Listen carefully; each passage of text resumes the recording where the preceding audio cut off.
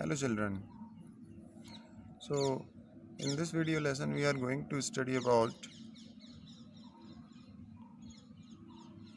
the topic moving coil galvanometer.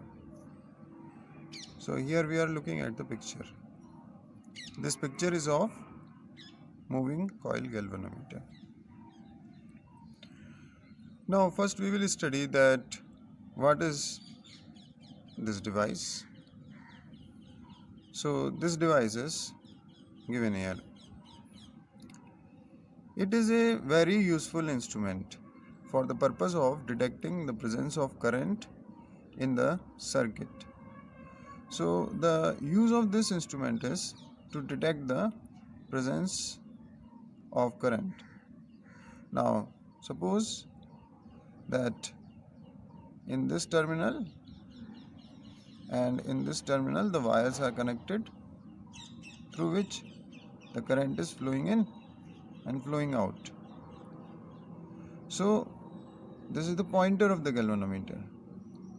Then the pointer of the galvanometer shows the deflection when the current passes through the galvanometer coil. So hence it detects the presence of current in the circuit. The next is that it can also be used for measuring current and voltage. So it can also be used in the measurement of current. I think you may have heard about the name ammeter. What is an ammeter? Ammeter is used for measuring the current, but this ammeter is made from a galvanometer. A galvanometer is only the thing which is converted into an ammeter or a voltmeter. Now the next thing we are going to study is the principle. Now the principle is that a rectangular loop carrying a current, steady current I, and placed in uniform magnetic field experiences a torque. So here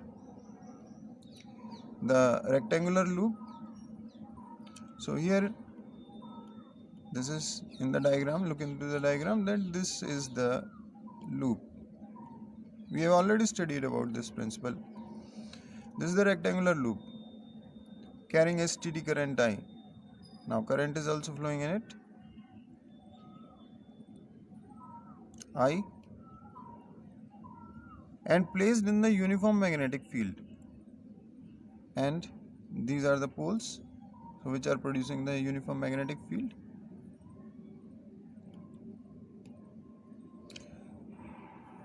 So magnetic field is also there, B. So this current carrying loop is placed in the magnetic field B, and hence it experiences torque. So therefore it, what happens? It deflects, it changes its direction of or its position, that is deflection. Now the construction of galvanometer. So first, it consists of a coil of many turns free to rotate about a fixed axis in a uniform radial magnetic field. So it consists of a coil. So here it is the rectangular coil.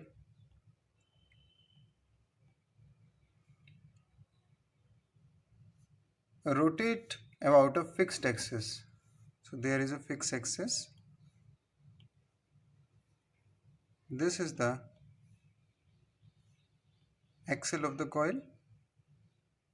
So the coil can rotate about this axis in a uniform radial magnetic field. The magnet is there, the magnetic field is there, and the field is radial. So here you see that the poles of the magnet, they are cylindrical cut.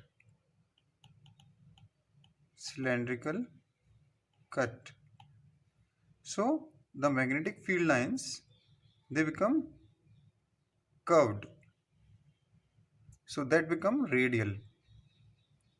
And the next is, there is a cylindrical soft iron core which not only makes the field radial but also increases the strength of the magnetic field. So there is a soft iron core, it makes the field radial and it increases the strength of the magnetic field. So where is this? This is, here is the soft iron core. This is the soft iron core. On this soft iron core, the coil is wound.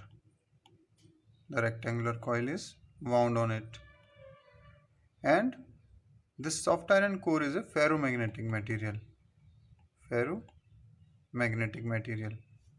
So because the soft iron is a ferromagnetic, so therefore it increases the strength of the magnetic field, as well as plus it also helps the field to become radial. Now the third is, there are two hair springs whose function is to counter the motion of the coil. So there are two hair springs and the function is to counter the motion. So the two hair springs, the first one, it is this one, it is coiled spring. The second one below the coil. So these are the two hair springs, S1, S2. And when this coil in which the current is flowing, it deflects. When it deflects, it produces a twist in the coiled spring, and the coiled spring applies a counter torque. So it counters the motion of the coil. Fourth is, they also work as leads to provide the contact with the two terminals of the galvanometer. So they work as leads and they provide the contact with the two terminals. So in the galvanometer, there is, in the galvanometer, this is the galvanometer, say, this is galvanometer. There are two terminals for contact, and these springs, they are connected with these two terminals and hence provide the contact.